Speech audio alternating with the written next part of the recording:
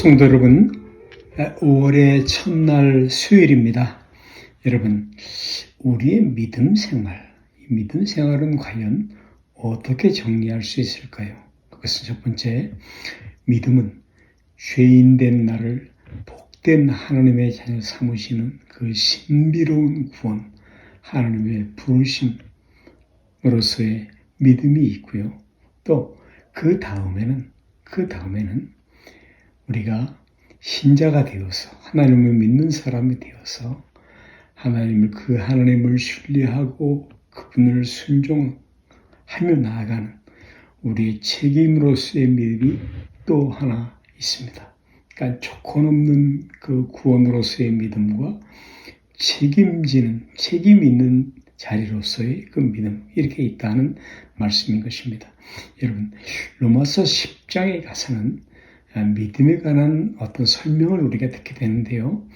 3절부터 보면 10장에 누구든지 주의 이름을 부르는 자는 구원을 얻으리라. 그런즉 저희가 믿지 아니하는 일을 어찌 부르리요? 듣지도 못한 일을 어찌 믿으리요?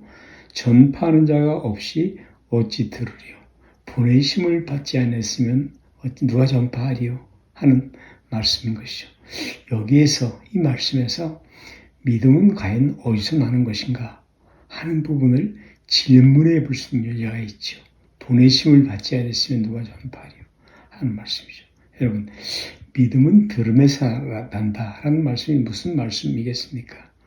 그것은 우리가 그 믿을 내용, 이제 지식과 감정, 정서적인 요소와 의적인 요소 말씀이죠.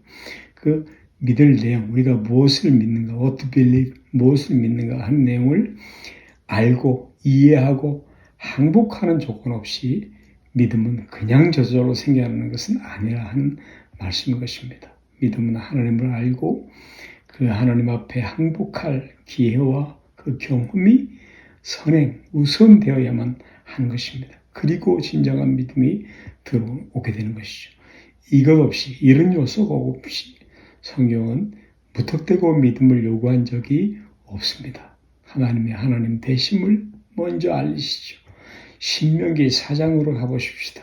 하나님께서 이스라엘 백성들을 애굽에서 끄집어내시고 구원해내시고 여러 가지 이적을 보이신 다음에 이제 가나안 입국을 앞두고 그 땅에 들어가면 하나님을 사랑하고 이웃을 사랑하고 신앙생활을 열심히 하라고 하는 충고하는 말씀이 나옵니다. 신명기 4장 32절 말씀에 내가 있기 전 하나님이 사람을 세상에 창조하신 날부터 지금까지 지나간 날을 상고해보라. 하늘 이 끝에서 저 끝까지 이런 큰일이 있었느냐? 이런 일을 들은 적이 있었느냐? 어떤 국민이 불 가운데서 말씀하시는 하나님의 음성을 너처럼 듣고 생존하였느냐? 어떤 신이 와서 시험과 이적과 기사와 전쟁과 강한 손과 편팔과 크게 두려운 일로 한 민족을 다른 민족에게서 인도해낸 일이 있었느냐? 이는 다 너희 하나님 여호와께서 애굽에서 너희를 위하여 너희 목전에 생하신 일이라.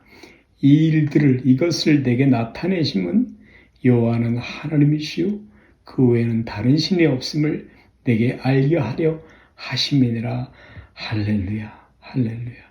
여러분, 애굽에서 끄집어내실 때 여러 가지 10가지의 재앙들, 또 홍해를 건너온 이후 광야에서 구원받은 모든 일들은 하나님이 과연 누구이신가를 알고 믿게 하려고 그렇게 하셨다는 말씀인 것입니다. 성도들이요, 우리는 하나님을 모릅니다. 눈이 감겨 있었고요, 죄인이었고요, 우리의 귀가 멀어 있었습니다. 아니, 더 심각하게 우리는 죽었던 자입니다. 시체입니다. 하나님 앞에 감각이 없는 사람이었습니다. 그래서 여러분, 하나님께서 우리의 눈을 뜨게 하시고 죽은 우리 영혼을 살려내시는 이 일에 우리는 아무런 할 것이 없었습니다. 전적 무능이었고 토탈 그랩션, 전적 부패였었죠. 오직 하나님만이 우리를 살려내신 것입니다. 우리 영혼을 살게 하신 것입니다. 눈을 또 보게 하신 것입니다. 여러분, 이제는 우리가 하나님의 음성을 듣습니다. 영에는 신령한 눈으로 하나님을 봅니다. 하나님을 이해합니다. 경험합니다. 그래서 이제 우리가 뭐가 다르냐면 하나님이 누구이신지를 압니다. 여기 안다는 것은 지식적인 알미 아니요 인격적인 알미를 가리켜서 말하는 것입니다. 지식주의, knowledge는 위험한 것입니다. 경험적인 지식인 것입니다. 그래서 여러분 하나님이 어떤 분이신지 아는 것, 그것이 처음에는 그렇게 명확하지는 않습니다. 희미하지만 시간이 지나가면서 점점 하나님이 우리 안에 확실히 보여지게 되는 것입니다. 그래서 믿음은 두 가지의 요소가 있었던 것입니다. 첫 번째는 죽었던 자리로부터 생명을 얻는 자리로 하나님께서 우리를 구원하시는 방법으로서의 믿음이 있었습니다. 또 두 번째의 믿음은 많은 시행착오 속에서 하나님과의 관계를 정립하고 하나님을 신뢰하면서 그 하나님을 붙잡는 우리가 일반적으로 말하고 있는 믿음이 있는 것입니다. 그리고 여러분이 이 믿음, 이 두 번째 믿음, 후자의 믿음은 바로 우리의 책임인 것입니다. 여러분 출애굽한 건 놀라운 일이지만 출애굽의 목표는 아닙니다. 가나안 땅에 들어가는 것이죠. 거기에 우리의 신자로서의 책임이 있다는 말씀인 것입니다. 그리고 이 믿음에서 하나님은 하나님이 보여주신 만큼 밖에는 우리에게 요구하시지 않습니다. 그래서 하나님을 많이 본 사람, 하나님 많이 경험한 사람에게 큰 신앙을 요구하는 것입니다. 로마서 1장에 복음에는 하나님의 의가 나타나 믿음에서 믿음으로 이루게 한다라고 말하죠. 예, 하나님께서 죽었던 죄와 허물로 죽었던 나를 우리들 하나님의 자녀로 영광스러운 자녀로 거듭나게 하시는 구원의 방법이죠. 놀라운 신비인 것입니다. 그래서 우리가 예수를 믿는다는 표현은 모두 다 수동태로 된 것인데요. 눈이 열렸다, 눈이 띄었다, 하나님이 하신 일이죠. 예수를 본다, 말한다, 다 하나님이 하신 일인 것입니다. 그 구원을 얻는 조건, 또 구원의 원인, 그것은 나의 것이 될 수가 없습니다. 여러분, 그러나 내가 이제 지금 하나님의 자녀입니다. 또 지금 오늘 밤 죽어도 천국에 하나님이 예비하신 본향에 갑니다 하는 것을 무엇으로 확인할 수 있겠습니까? 네, 그것은 내가 예수를 오늘 지금 믿고 있는 것, 믿음은 현재형입니다. 동사입니다. 믿고 있는 것으로 확인할 수 있게 되는 것입니다. 여러분, 거듭남이 없이는 중생하지 않고는 예수님을 믿을 방법이 없는 것입니다. 구주로 받아들일 방법이 total acceptance, 총체적으로 믿을 방법이, 인격적으로 믿을 방법이 없는 것입니다. 네, 그래서 내가 예수님을 구주로 주님으로 믿는 증거는 무엇입니까? 네, 그것은 분명히 예수를 믿는 것은 무슨 증거이죠? 네, 그것은 분명히 내가 구원을 받은 증거인 것입니다.